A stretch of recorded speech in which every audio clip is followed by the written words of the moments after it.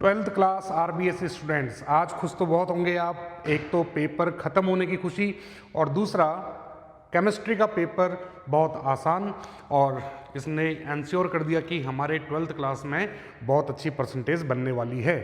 तो केमिस्ट्री का जो पेपर था आज का ट्वेल्थ आरबीएससी का, वो एज यूजुअल जैसा आरबीएससी का पैटर्न रहता है, बहुत आसान पेपर था।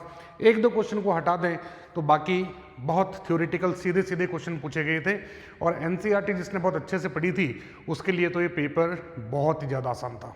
तो मैं इसका कंप्लीट सॉल्यूशन आपके सामने लेके आया हूँ। जिन बच्चों के कोई क्वेश्चन में लग रहा है कि भाई मेरा आंसर कुछ और आया है, आपने कुछ और आंसर लिखा है, तो कमेंट में लिखें। पूरा डिटेल में यहाँ पर हर क्वेश्चन की समझाने की कोशिश करूँगा, लेकिन अगर किसी क्वेश्चन को आपको और ज़्यादा डिटेल में समझना है तो आप मुझे या तो मैसेज कर सकते हैं, जिनके पास मेरे नंबर नहीं है वो कमेंट में लिख सकते हैं। तो शुरू करते हैं केमिस्ट्री क्लास 12th 2026 बोर्ड का कंप्लीट सॉल्यूशन। तो पहला जो क्वेश्चन आपके पास है, सीधा सीधा क्वेश्चन पूछा गया है कि example of an ideal solution is. Ideal solution का एग्जाम्पल क्या होता है? तो आइडियल सॉल्यूशन कौन होते हैं बेटा? जहां पर hexane, heptane, benzene, toluene, chloroform, carbon and carbon tetrachloride. तो ये सारे एग्जाम्पल हैं जहां पर कि आइडियल सॉल्यूशन बनते हैं। तो उसका आंसर क्या है बेटा? इसका आंसर है आपका first, n hexane and n heptane.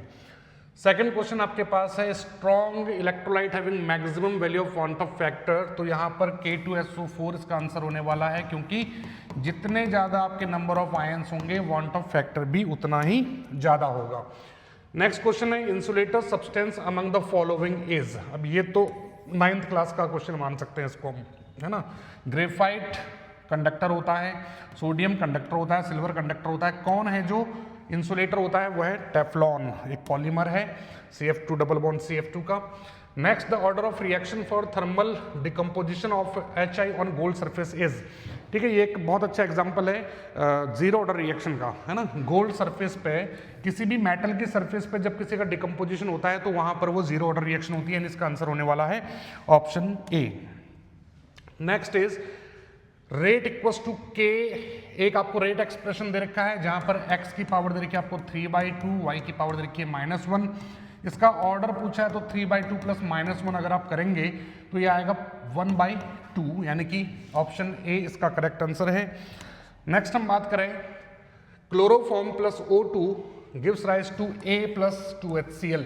बहुत आसान क्वेश्चन, इसके ऊपर मैंने एक वीडियो भी बनाया था कि क्लोरोफॉर्म जहरीला क्यों होता है। ठीक है, तो क्लोरोफॉर्म जहरीला क्यों होता है? फॉस्जीन गैस बनने के कारण। कौन सी गैस बनने के कारण बेटा? फॉस्जीन गैस बनने के कारण। ऑप्शन बी इसका करेक्ट आंसर है। नेक्स्ट आपके पास है फिल इन द ब्लैंक्स। पहला क्वेश्चन है increasing temperature solubility of gases in liquids decreases, है ना। लिक्विड्स की सॉलिबिलिटी क्या होती है बेटा? डिक्रीज हो जाती है टेम्परेचर बढ़ाने पे। Next, the unit of molal elevation constant kelvin KG inverse mole inverse. Next, very short answer question में पहला पूछा है right the solute and solvent in the gaseous solution of chloroform in nitrogen gas. Chloroform in nitrogen gas, तो मतलब solute हो गया आपका chloroform. Solute कौन हो गया बेटा? Chloroform. Solute is chloroform and solvent is nitrogen gas, है ना।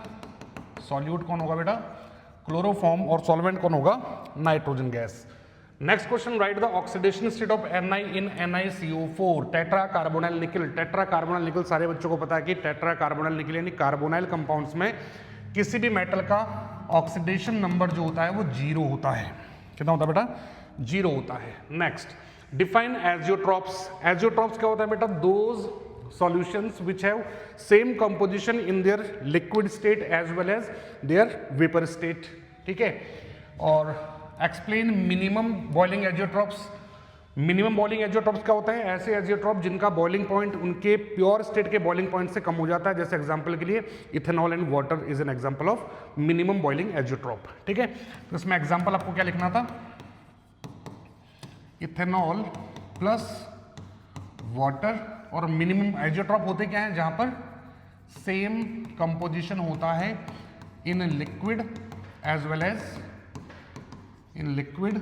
As vapour phase.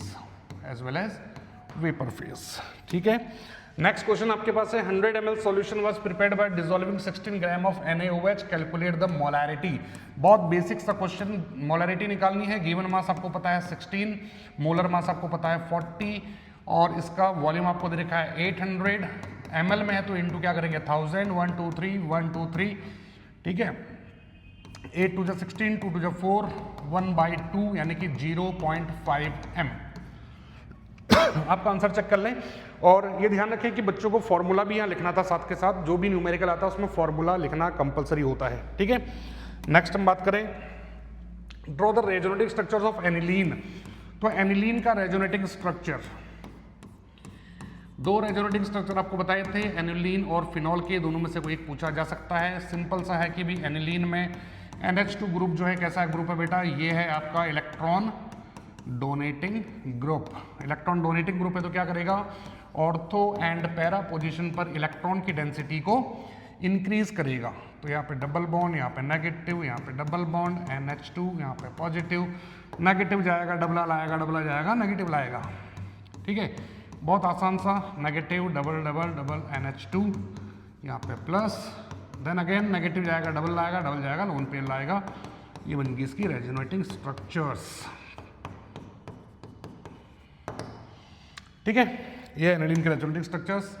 Next question आपको explain denaturation of protein. Denaturation of protein क्या होता है? डीनेचुरेशन ऑफ प्रोटीन कि प्रोटीन को अगर आप हीट कर दें या फिर उसमें कोई केमिकल मिला दें तो उसकी secondary and tertiary structure destroy हो जाते हैं, उनके बीच का हाइड्रोजन बॉन्ड्स ब्रेक डाउन हो जाते हैं। ठीक है, जिसके कारण उसका कोगुलेशन हो जाता है। एग्जाम्पल इसका हमने पढ़ा था बॉइलिंग ऑफ एग। एग्जाम्पल क्या था बेटा? Boiling of egg. Boiling of egg, इसको बोलते हैं डीनेचुरेशन ऑफ प्रोटीन, है ना, बॉइलिंग ऑफ एग। नेक्स्ट पूरा लिख देते हैं बॉइलिंग ऑफ एग।